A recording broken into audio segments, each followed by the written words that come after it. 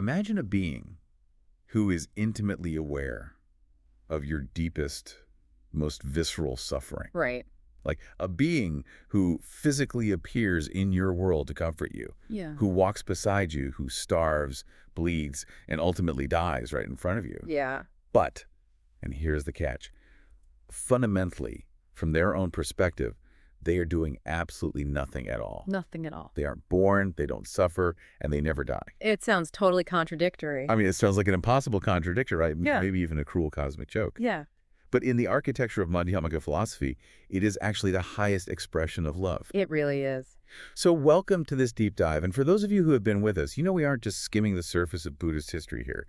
You guys already understand the foundational mechanics of emptiness. Shunyata, yeah. Exactly. Shunyata and dependent origination. You know the ground rules. And we established those ground rules quite thoroughly in our last session. We did. We unpacked part 1 of Nagarjuna's hymn to the Incomparable One, the Niraupamyastavah, covering verses 1 through 11. Right, the internal stuff. Exactly. The focus there was on the internal subjective realization of the Buddha. Like how a mind operates with perfect equanimity in a completely illusory world. Yeah. We looked at the union of the two truths in an internal context, praising without praising, perceiving without perceiving. Intense. It was an exploration of what it means to internally embody tathata, or reality as it is, without falling into the extremes of eternalism or nihilism. Which brings us to our mission for today. If part I was about the internal landscape of the Buddha's non-dual wisdom, part 2 is about the external blast radius of that wisdom. I love that phrase, blast radius. It really feels like that. Yeah. We're covering verses 12 through 24 today, concluding with the dedication. And we are looking at this massive ontological pivot. Yes. Like, how does the ultimate formless reality actually step into the conventional dualistic world of forms without becoming trapped by them? Right. How do you show up in a world of boundaries when you have completely realized boundlessness? Okay. Let's unpack this. That is the core paradox Nagarjuna forces us to confront here. And, I mean, he really doesn't ease us into it. Not at all. The conceptual leap from verse 11 to verse 12 is just jarring. It gave me whiplash, honestly. Yeah. He moves from the absolute stillness of the Buddha's mind directly into the dynamic, functioning, and often, messy world of form. The real world. Exactly. He introduces the framework of the Trikāya, the 3 bodies of the Buddha, but he does so by immediately destabilizing our understanding of what a body even is. Let's read verse 12 and see how he creates that destabilization, because it's wild. Go for it. Nagarjuna writes, although you prevail everywhere, omnipresent is the essence of everything, yet you were born nowhere. Although you manifested birth in Lumbini, yet your body is the nature of dharmakāya, O Lord of the stages. It's indeed inconceivable. Inconceivable is the right word. Yeah, and I have to push back on this right away, or at least point out the intense cognitive dissonance it creates for you as a reader. Sure. For someone practicing this philosophy, you hit a massive wall here. How can something be omnipresent, literally everywhere, as the underlying essence of reality, but also be localized as a crying physical baby under a tree in Lumbini? It's a glitch in the matrix for our brains. Completely. Our minds demand that a thing is either boundless and formless, or it is a distinct object in a specific location. It cannot be both. I hear that resistance, and it's exactly the friction Nagarjuna intends to provoke. You are applying the logic of absolute realism to a Madhyamaka framework. Right. In a realist framework where things possess inherent existence, or svabhava, it is a strict contradiction. A localized object cannot be omnipresent. Right. A cup on a table is just a cup on a table. Exactly. But Nagarjuna demands we look through the lens of the union of ground and manifestations. The text is asserting that the omnipresent dharmakāya, the ultimate unconditioned reality, the ground is prevailed everywhere. There is no real origination, no duration, no cessation. It is never born. Never born. But simultaneously, a nirmāṇakāya, a physical emanation, is born in Lumbini. But how do those two relate without one invalidating the other? Like, if the dharmakāya is the ultimate truth, doesn't that make the baby in Lumbini a lie? Only if you reify the distinction between them. Reify meaning making them too solid. Yeah, exactly. Making them into separate concrete things. The dharmakāya and the localized nirmāṇakāya are empty of inherent existence precisely because they are dependently co-arisen and co-defined. Okay, I think I see. You cannot have a manifestation without a ground, and the ground expresses its nature through manifestation. Right. The moment you try to isolate the baby in Lumbini from the omnipresent reality, you've created a false duality. The physical body is not a container for the dharmakāya. It's not a meat suit. Right, it's not a meat suit. Its very nature is the dharmakāya. Let me test an analogy on you to see if we can ground this for you listening, because this is heavy stuff. I love your analogies. Let's hear it. Okay, think about the architecture of the internet. Okay. The internet itself is a vast, unlocalized network. It prevails everywhere. There is a connection. Right, it's in the air. Exactly. Yeah. It doesn't have a single physical body that you can point to. You can't touch a server rack in Virginia and say, this object is the entirety of the internet. No, you can't. But when you pull out your smartphone and open a specific web page, the network manifests locally on that single 6-inch screen. Yes. The image on your screen is entirely the nature of the network. It's not a separate, independent entity that just happens to look like the internet. Right, it's woven from it. Yeah, but at the same time, the vastness of the internet hasn't been reduced or confined to your phone. It's still everywhere. I see where you're taking that, and I think it's brilliant. We just have to be a little careful with the word localized, because even the phone screen implies a hard boundary that Nagarjuna would reject. Fair point. The phone is a solid object. Yeah, but as a functional metaphor for the union of ground and manifestation, it holds up really well. The manifestation on the screen, the nirmāṇakāya in Lumbini, functions perfectly in the conventional world. Right. It conveys information, it interacts with the user, but its underlying nature, its dharmata, is the boundless network, the dharmakāya. So it's both. Exactly. What makes it inconceivable, as Nagarjuna states, is that our conditioned minds desperately want to categorize the Buddha as either just the physical phone or just the invisible network. We want him to pick a lane. Yes, but the middle way demands we hold them as entirely non-dual. The baby in Lumbini is the network expressing itself at a specific node, driven by the specific request, the karma and longing of the beings at that node. Which fundamentally changes how we understand birth and death entirely. Oh, absolutely. Because if the baby is just a node expression of a boundless network, then the birth in Lumbini wasn't a real beginning. No. And its eventual death won't be a real ending. Right. Which leads us right into the mechanics of causality in verse 13. Let's read it. Nagarjuna writes, "You, the irreproachable one, preach that in this world there is neither creation nor destruction.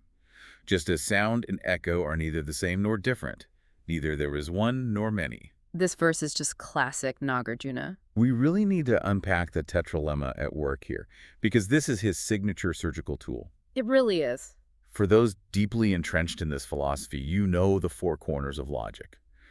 A thing is not the same, it is not different, it is not both, and it is not neither. The famous four corners. Yeah.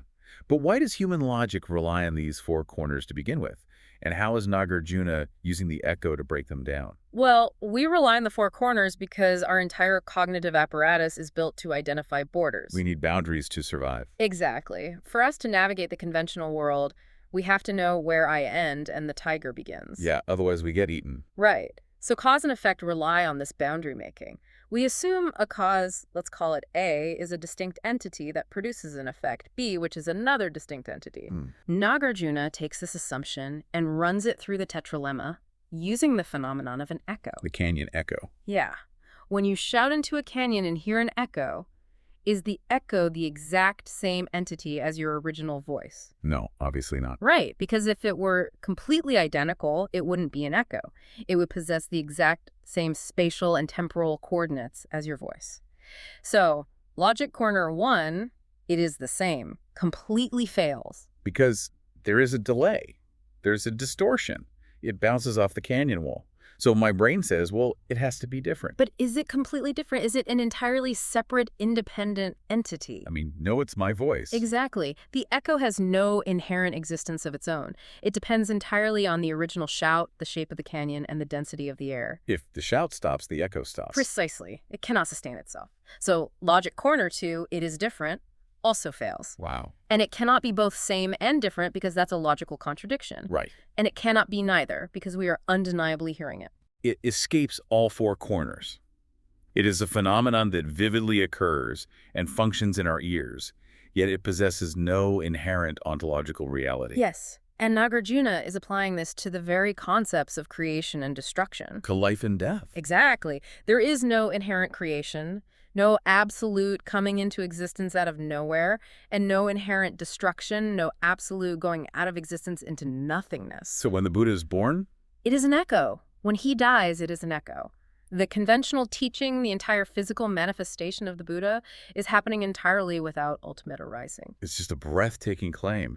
He is saying the entire historical life of the Buddha, and by extension the entire lived reality of you and me, is just echoes bouncing off the walls of the Dharmakāya. That's the poetry of it, yes. But I gotta say, if there is no actual creation or destruction, and everything is an echo, what exactly is this world we are experiencing? Ah, the million-dollar question. Because, I mean, I stubbed my toe and it hurts. The echo has a very sharp edge to it. It does. And that is the crucial pivot here. Nagarjuna anticipates that exact objection from his readers. He knows we're going to complain about our stubbed toes. Exactly. He knows the danger of the echo metaphor is that a student will drift into nihilism. They'll think, well, if it's all an echo, nothing matters. The world doesn't exist. Which is the biggest trap in Buddhism. Huge trap. So in verse 14, he explicitly defines the nature of our lived experience from the perspective of an awakened mind, specifically to protect us from that nihilistic trap. Okay, let's look at verse 14. Oh, Lord. You have realized that this world is just like dream or magic play, neither having eternal nor impermanent, neither having signs nor without signs. So good. For Madhyamaka practitioners, transcending the eternal versus impermanent duality is familiar territory, sure. But the way he applies it to the functioning world here is so delicate. He is not saying the world is nothing. Not at all. If he said the world was nothing, he would be violating his own middle way. Right, that would just be nihilism again. Exactly. He is saying its dependently co-arisen functionality, which is truth one, the conventional truth, and its absolute emptiness, truth two, the ultimate truth, are co-imputed. You cannot separate them. Never. The analogy of the dream or the magic play is the gold standard for a reason. Tell me about the dream. Okay, so when you are deeply asleep and having a nightmare about a fire, that fire functions within the context of the dream. It causes you genuine terror. Oh yeah, your heart is racing. Right. Your dream body feels the heat. You might even wake up sweating in your actual bed. The dream has relative functional reality. It produces a physiological response. Exactly. But upon waking, you realize the fire had no inherent eternal substance. It wasn't real in the absolute sense, but it wasn't a nothing either, because it demonstrably caused an effect in your nervous system. It was there, yet not there. Here's where it gets really interesting. Yeah. It's an optical illusion, but an illusion with massive psychosomatic weight. And that functional illusion is the train we actually have to navigate. You live in it. Right. It doesn't matter if the chariot in my dream is empty of inherent existence. If I don't move out of the way, the dream chariot is going to crush my dream body and my mind will suffer. Very true. Which leads to a very practical problem for all of us. Our suffering, our deeply ingrained afflictions. If the world is a dream, how do we stop the nightmare? That is what verse 15 tackles directly. Let me read it. You have gained complete victory over the river of afflictions from its roots, but you earned the nectar of nirvana by knowing the very nature of afflictions. This verse contains what might be the most radical assertion in all of Mahayana Buddhism. Really? The most radical? I think so, yeah. It requires a very precise understanding of the mechanics of realization.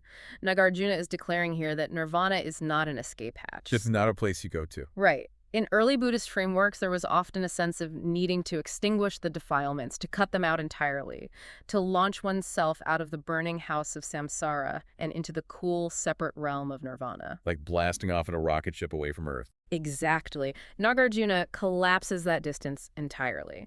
Nirvana is not found by running away from samsara. It is the realization of the true nature and dynamic of samsara right here, right now. In the very midst of the affliction. Yes. He is saying afflictions and their cessation are non-dual. There is no absolute inherent basis for discriminating between a pure state of mind and an impure state of mind. But hold on, let me just pause you there. Sure. If I'm a practitioner sitting on the cushion, battling anger or greed, and I read this verse, I have to ask the dangerous question. The Zen sickness question. Yes. If afflictions and nirvana are non-dual, if my anger and my liberation are woven from the exact same empty fabric, why should I even try to be good? Right. Why seek liberation if bondage itself is empty? If the nightmare is just an illusion, why not just lean into the nightmare and enjoy the adrenaline? It is the most common pitfall in Madhyamaka. That Zen sickness of believing that because everything is ultimately empty, Conventional ethics and striving just don't matter. Okay, that sounds super convenient, right? Very convenient for the ego. But remember the framework we just established, the union of the two truths in action. Okay. Ultimately, yes, in truth, too, there is absolutely no difference between an affliction like anger and a pure state of compassion. Because they're both empty. Because both are entirely empty of inherent existence. Neither has a solid core.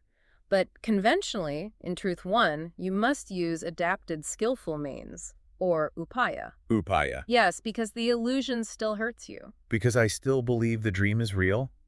My ignorance acts as a glue, making the empty phenomena stick to my consciousness. Exactly. If you are trapped in that nightmare, the monster chasing you is empty of inherent existence. But until you possess the unwavering lived realization of that emptiness, your heart rate is still spiking. I'm still terrified. You are still terrified, and you are still suffering. You don't gain victory by fighting the dream monster with dream weapons. We don't try to punch it. No, you don't reject the afflictions by violently repressing them. You gain victory by waking up to the fact that it is a dream. You realize their empty nature. Ah, knowing the very nature of afflictions. Exactly what the text says. The Buddha earned the nectar of nirvana by knowing the very nature of afflictions. He didn't destroy anger. He just looked at it. He looked so deeply into anger that he saw its emptiness. And in that seeing, the anger lost its grip. The realization is the victory. The afflictions themselves, when seen clearly without reification, are transmuted into the nectar of nirvana. You transmute the poison to medicine just by looking at it with a non-dual lens. Beautifully said. You change the optic, you change the reality. But realizing the empty nature of afflictions requires a massive fundamental shift in the mechanics of how we perceive the world. It's a total rewiring of perception. Right, because if we're supposed to look at our own anger and see it as empty, how did the Buddha perceive forms? And more importantly for you listening, as a devotee, how are we supposed to look at the Buddha himself? Right. If he is an echo, what are we actually seeing when we look at a statue of him or read his words? This forces us to deconstruct the very machinery of sight and perception. We have to move into the union of the three spheres, which Nagarjuna addresses next. Let's read verses 16 and 17. Okay. Verse 16, O courageous one. You who are of the nature of signless see form as no form, but your dazzling body has appeared to us endowed with 32 auspicious marks. And then verse 17. And he immediately follows up in verse 17. Even if one sees the form, it is not the seeing. If one sees the Dharma, it is then well seen, but Dharmata cannot be seen. Okay, so the union of the three spheres, or the U3S, states that whenever an action occurs, in this case, the act of perception, there are three interdependent components. The classic triad. Right. The perceiver, the perception itself, meaning the visual consciousness, and the perceived object. Got it. Our conventional conditioned minds fiercely reify all three. We think, I have a real solid person looking through an inherently real biological process of sight at a definitively real independent object. Like I am a real person looking at a real microphone. Exactly. Nagarjuna says all three only arise in dependence upon each other. Without an object, there is no visual consciousness. Without a perceiver, the object is not perceived. So they lean on each other. Yes. Therefore, all three are empty of independent essence. So when a devout practitioner in ancient India looked at the Buddha and saw the 32 auspicious marks, you know, the golden skin, the wheel on the sole of the foot, the long earlobes, all the traditional signs of a Mahapurusha, a great being, Nagarjuna is saying they were still caught in the illusion. They were marveling at the dream fire. They were caught entirely in truth one. Seeing the physical form, no matter how glorious or awe-inspiring, is not true seeing. No. The Buddha himself sees form as no form. He interacts with the physical world without, for a microsecond, believing it has a solid core. Wow. The text tells us that seeing the Dharma, meaning understanding the teachings, the mechanics of dependent origination, the underlying rules of the illusion, is well seen. That is a massive step forward. Right, seeing the code of the matrix. Yes, but true liberation requires moving past even the pure conceptual frameworks of the Dharma to the unconditioned, non-conceptual reality, the Dharmata. The Dharmata. And Dharmata, the ultimate nature of reality, absolutely cannot be seen with the dualistic eye. It has no shape, no color, no signs. It makes me think of the experience of looking at a masterful painting. Let's say a late period Rembrandt, where the paint is thick and heavily textured. Oh, I like this. If you walk right up to the canvas until your nose is almost touching it, and you just stare at the physical clumps of oil paint, the raw pigment, that is like seeing the form. Right. You're seeing the physical data, but you aren't really seeing the art. Now, if you take 3 steps back and you analyze the composition, the use of chiaroscuro, the geometry of how he draws the eye across the canvas, that is like seeing the Dharma. You're seeing the underlying structure. Exactly. It's a much deeper level of engagement. You understand the technique, how the illusion of depth is constructed on a flat surface. Yeah. But the profound, almost tragic emotional resonance of a Rembrandt portrait, the sublimity, the meaning, the dharmata of the art, you can't actually point to it anywhere on the canvas. No, you can't isolate it. Right. It doesn't physically exist in the lead white or the bone black paint, yet it is undeniably there. That is a very powerful way to deconstruct it, and it highlights the subjective role of the perceiver. Yeah. The masterpiece cannot be located in any single brushstroke, nor in the canvas, nor strictly in the biology of your own retina. The dharmata of the painting arises dependently in the ungraspable space between the perceiver, the perceived, and the perception. It happens in the space between. Exactly. Yeah. And to describe how the Buddha himself embodies this dependently arisen, signless reality while still appearing in a dazzling form, Nagarjuna gives us what is arguably the most famous and perfect metaphor in all of Mahayana Buddhism in verse 18. The rainbow body. The rainbow body. Verse 18 reads, "Your body is neither hollow nor have any bone, flesh, and blood as mortal beings have. Still you manifested a body just as the rainbow in the sky." We need to linger on the optics of a rainbow to fully appreciate why Nagarjuna chooses this specific image to harmonize Truth 1 and Truth 2. It's just such a vivid image. What is a rainbow functionally? It is highly visible. It functions in the conventional world. It refracts light. It can be photographed. It can inspire awe. Right. But it is entirely ungraspable. If you try to drive your chariot to the end of a rainbow to touch it, you will never arrive. No pot of gold. No pot of gold. It lacks any inherent independent substance. It has no bone, flesh, and blood. And crucially, a rainbow doesn't just exist out there in the sky independently. It only exists as a highly specific, dependent relationship. Walk us through that. Well, you need the sun behind you, you need the moisture in the air in front of you, and you, the observer, must be standing at a very specific angle. Yes. If you move, the rainbow moves. Yeah. If you close your eyes, it's gone for you. If the sun goes behind a cloud, the whole thing vanishes. Which maps perfectly to pradiksasamutpada, dependent origination. The manifestation of the Buddha, the nirmāṇakāya, does not exist independently in a vacuum. The Buddha only appears because of the specific angle of the devotee's mind, the karmic moisture or conditions of the world, and the unceasing light of the dharmakāya. It's a 3-part harmony. Exactly. The rainbow perfectly harmonizes conventional form with absolute emptiness.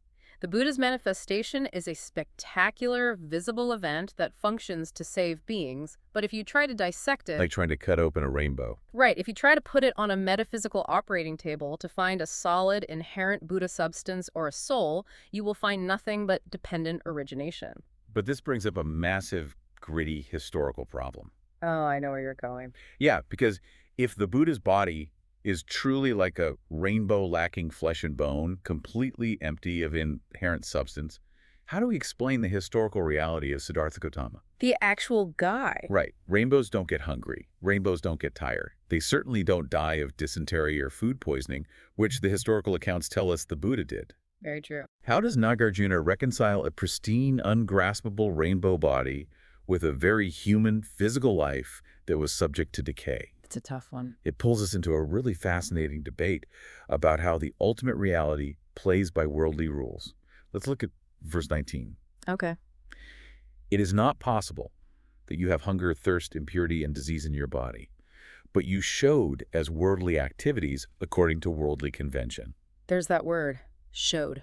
Yeah, I read this, and it sounds dangerously close to saying the Buddha was just putting on a theatrical play. A performance. Like, was his sickness just a performance? Was he secretly floating 3 feet off the ground, pretending to chew his food while internally laughing at the illusion?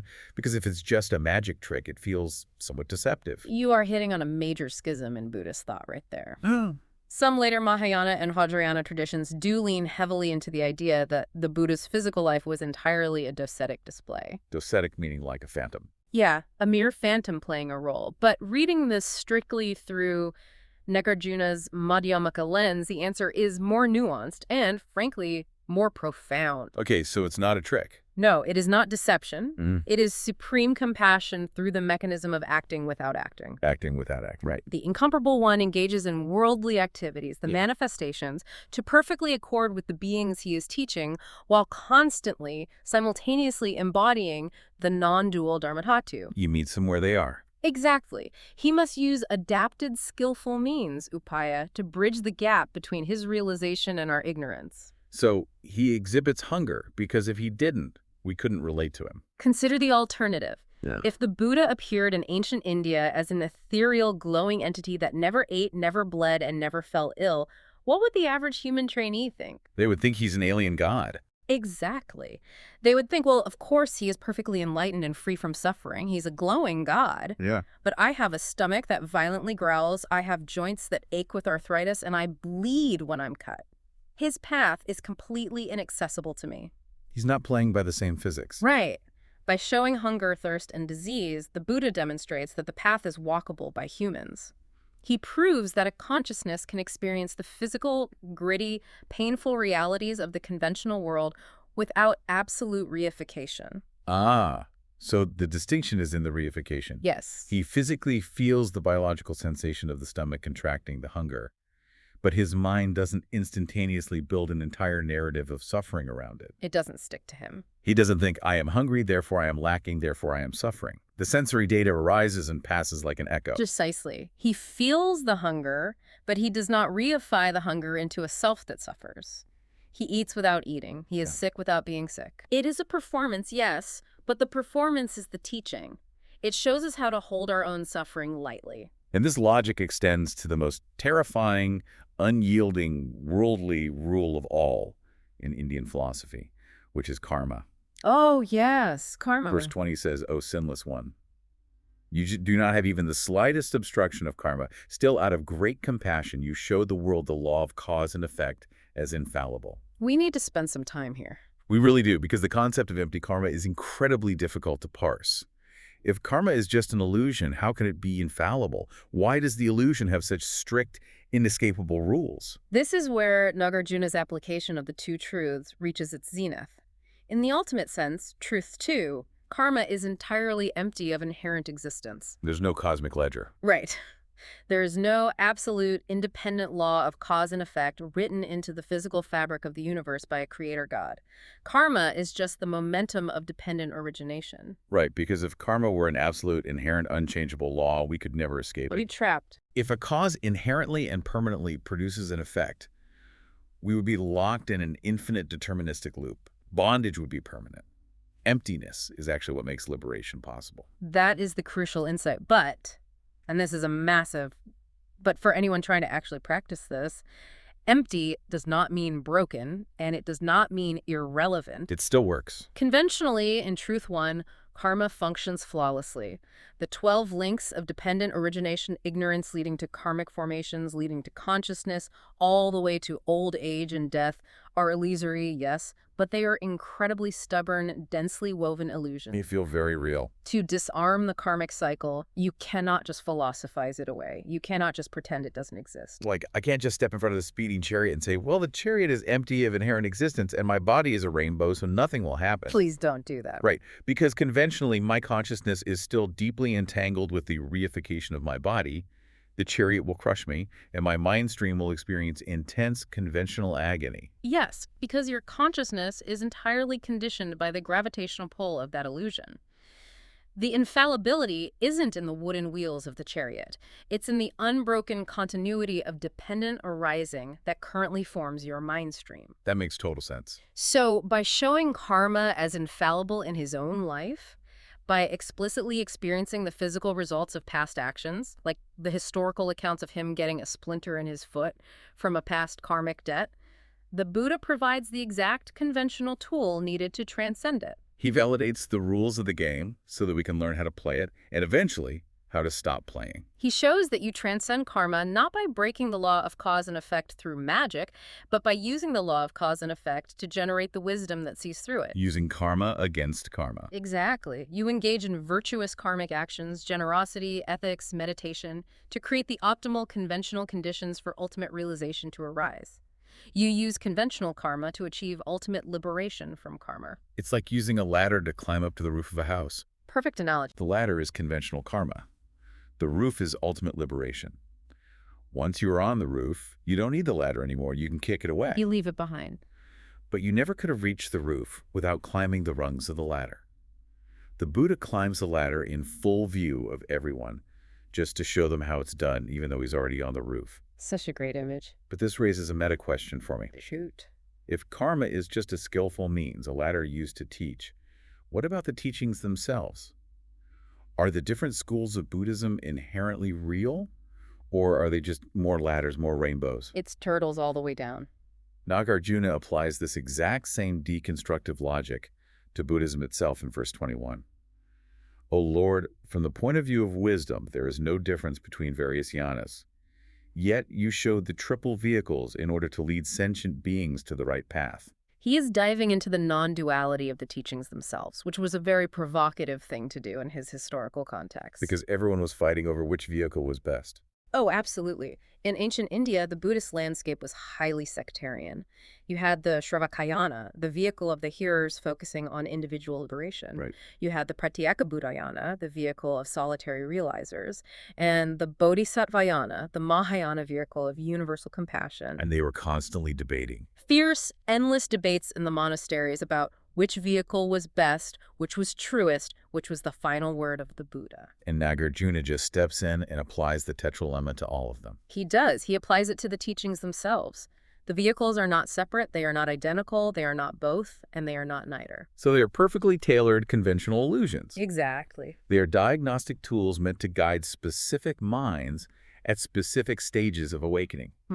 Like if a student comes to the Buddha and they are deeply entrenched in self-loathing and personal suffering, they need a narrow, structured path focused on personal liberation. Well, the Buddha manifests that path. He teaches the Shravakayana. But if a student is stable and they lack expansive empathy and they are ready for a vast path of universal responsibility, the Buddha manifests the Bodhisattvayana. the teaching molds to the exact shape of the ignorance it is trying to cure. The teachings are medicine. That's exactly it. And as any doctor will tell you, you do not prescribe the exact same medicine to every patient. You don't give chemotherapy to someone with a sprained ankle, and you don't put a cast on a tumor. The medicine must match the disease. But ultimately, from the point of view of wisdom, there is no inherent illness, and therefore there is no inherent medicine. The teachings are empty. Yes. Once the disease of ignorance is cured, you don't keep swallowing the medicine. And if the teachings are medicine, what is the ultimate conclusion of the Buddha's life? What is the final dose he administers? The biggest dose of all. Verses 22 and 23 deal with the parinirvana, the final passing away of the Buddha. Let me read verse 22. O peerless conqueror, your dharma body is eternal, imperishable, and auspicious, yet you manifested the great parinirvana to the world for the sake of trainees. And then verse 23 blows the scope of the cosmology wide open. It really does. In the countless world systems, the devotees will behold you again descending upon earth, taking birth, attaining enlightenment, preaching the dharmakāya, and entering into nirvana. If we zoom out and look at the larger Mahayana cosmology implied here, it is just staggering. It's massive. Nagarjuna is describing a fractal, centerless karmic cycle.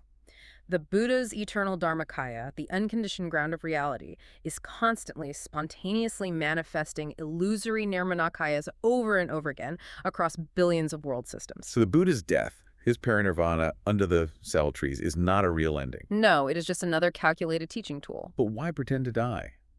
I've always struggled with this part. Yeah, I mean, if you are a rainbow of boundless compassion and you have the ability to manifest endlessly, why fade out? Why not just stay in ancient India or manifest today in New York or Tokyo and just keep teaching directly forever? Because of the psychology of the trainees. How so? The manifestation is an upaya, a skillful means designed to cure a very specific defect in the human mind, which is complacency. Oh, laziness. Exactly. If the Buddha stayed forever in a physical form, conventionally, human beings would become incredibly lazy. We would think, I don't need to meditate today. I don't need to practice ethical restraint today. The Buddha's got it covered. Right. The Buddha is immortal. He'll be holding a teaching in the town square next week, next year, next century. I have infinite time. So we would just put off enlightenment forever. By manifesting death, By allowing his physical body to decay and expire, he teaches impermanence in the most visceral, heartbreaking way possible. Wow. He instills a sense of urgency, a spiritual panic that forces the trainees to internalize the teachings rather than relying on him as an external crutch. It's the ultimate tough love. He breaks their hearts to open their minds. That's a beautiful way to phrase it. Listening to you describe this endless cycle across world systems, it makes me think of a recurring simulation. Oh, a sci-fi analogy. Let's hear it. Yeah, or maybe like a massive holographic web. You have this profound underlying source code, the dharmakāya. It is silent, unmoving, and contains infinite potential. Okay, the source code. And across this infinite network, whenever a user, a devotee, logs in with enough eager karmic longing and suffering, the code spontaneously generates a localized avatar, a nirmāṇakāya. Yes. And the avatar runs through the script, birth, enlightenment, turning the wheel of dharma, and death to guide that specific user. But the avatar isn't real in a permanent sense. Right, it's just a generated instance. Exactly. When the script ends, the avatar dissolves back into the code, and the source code is never depleted, no matter how many millions of avatars it spawns simultaneously. That is a very sophisticated modern translation of verse 23. The manifestations are driven entirely by the dependent origination of the devotee's needs interacting with the unconditioned compassion of the ground. But that leads to a monumental question about the psychology of the Buddha for me. What's that? If this is happening infinitely across countless world systems, what is the mindset of the being executing all this? Like, is he sitting in some cosmic control room, frantically pulling levers, analyzing karmic data, and making strategic plans about where to manifest next? Exhausting. Right. That brings us to the final verse, verse 24, where Nagarjuna addresses exactly this. You have neither thoughts nor differentiation nor any intentions, yet you are accomplishing in this world the duty of a Buddha for the welfare of beings without attachment. A profound conclusion. I have to pause here because the word intentions stops me in my tracks. How can you accomplish the welfare of infinite beings across countless world systems if you don't even intend to do it? It seems impossible. Yeah, how does complex, compassionate action occur without an intention driving it? To understand this, we have to return to the union of the three spheres and look at it at the absolute peak of realization. Okay, the U3S again. Intention, as we conventionally understand it, requires a dualistic split. For me to form an intention to help you, there must be a me who acts, a you who needs help, and a conceptual bridge or action that I plan to take between us. Right, I have to differentiate myself from you. Exactly. At the stage of perfect Buddhahood, that subject-object duality has completely collapsed. Yeah. The Buddha does not look down from a heaven, see a suffering being, and think, oh, look at that poor individual over there. I should formulate a plan to help them. Because if he thought that, it would mean he sees them as inherently suffering, inherently separate from himself. Yes. And he would be reifying his own identity as a savior. He'd be trapped back in Truth One. Precisely. Action at this level occurs without an inherent actor, without the reified concept of acting, and completely without attachment to a result. It is pure, spontaneous, unconditioned compassion. How does that even work practically? Think of how a perfectly polished mirror reflects an object. The mirror doesn't form an intention to reflect. It just does. It doesn't analyze the object and think, here comes a red apple. I better prepare my red reflection molecules.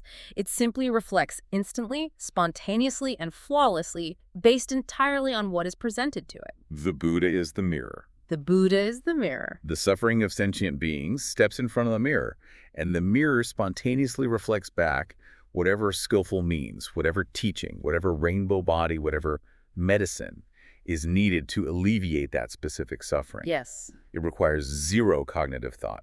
It requires zero strategic planning or intention. It is just the natural, non-dual physics of the dharmakāya responding to the karmic conditions of the universe. That is the essence of acting without acting. It is effortless, unending, and perfectly appropriate to the moment. It's beautiful. And what is truly masterful about this text is that Nagarjuna doesn't just describe this philosophical peak and walk away. He embodies it. He performs it in the very final lines, the dedication. Yes, the dedication.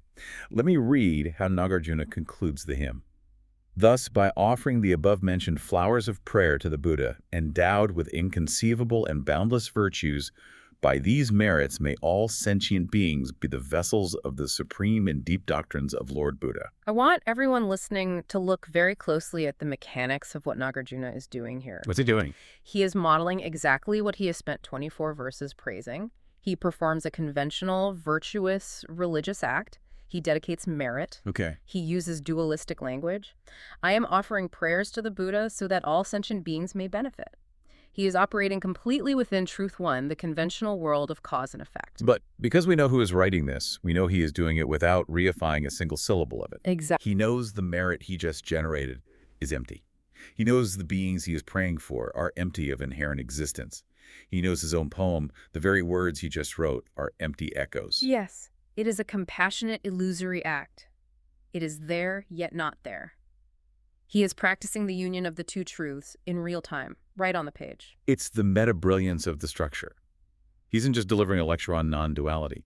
The poem itself is a practice of non-duality. It is an active demonstration. He is implicitly inviting the reader, inviting you and me, to act like a Buddha in order to become a Buddha. You act conventionally, you generate merit, you praise the Incomparable One, you strive to help others, but you do it with the background hum of wisdom. Always the background hum. You do it knowing that none of it, not the helper, not the help, not the help itself, has any inherent solid existence. This is how Madhyamaka philosophy descends from the cold realm of abstract academic logic and becomes a lived, breathing, intimately warm spiritual path. It comes alive. You don't have to flee the world, suppress your senses, and hide in a cave to find ultimate reality. You find ultimate reality by engaging with the conventional world completely, by feeling the echoes, but without grasping at them as if they were solid. What an incredible journey this text is. Truly unparalleled. To briefly recap what we've mapped out today, we've seen how the ultimate reality doesn't hide from the world of form, but manifests within it as a rainbow body. Yes. We've seen how the Buddha uses the entire illusory world experiencing apparent hunger, demonstrating the infallibility of empty karma, and enacting endless parinirvanas across a fractal cosmos. The ultimate skillful means. And all of it acts as a compassionate matrix, an intricate net of skillful means designed to wake us up without the Buddha ever once departing from the formless stillness of the Dharmadhatu. He acts without acting, a flawless mirror reflecting our own potential back to us. Beautifully summarized. As we wrap up this deep dive, I want to leave you with a final thought to mull over, something that pushes the boundaries of everything we've just discussed today. I love a good final provocation. If, as verse 23 suggests, the Buddha is spontaneously manifesting across countless world systems purely driven by the eager longing of devotees, what does that mean for your current reality right now as you listen to this? Ooh, that's a good question. Because it implies that the Dharmadhatu isn't just a passive, dead emptiness. It's not a cosmic void. It was a highly responsive, dynamic mirror. Constantly reacting. Right. So could it be that your very act of exploring these complex Madhyamaka texts today, your own intense desire to understand the mechanics of reality, the effort you are putting into parsing these paradoxes, is exactly what is pulling the rainbow of the Buddha's teachings into existence in your specific corner of the universe? Wow. You aren't just a passive student studying a historical manifestation that happened 2 millennia ago. Your mind's longing, your own karmic inquiry, is the very canvas that the Incomparable One is actively being painted on in this very moment. That is something to sit with on the cushion. It really is. Thank you for joining us on this deep dive.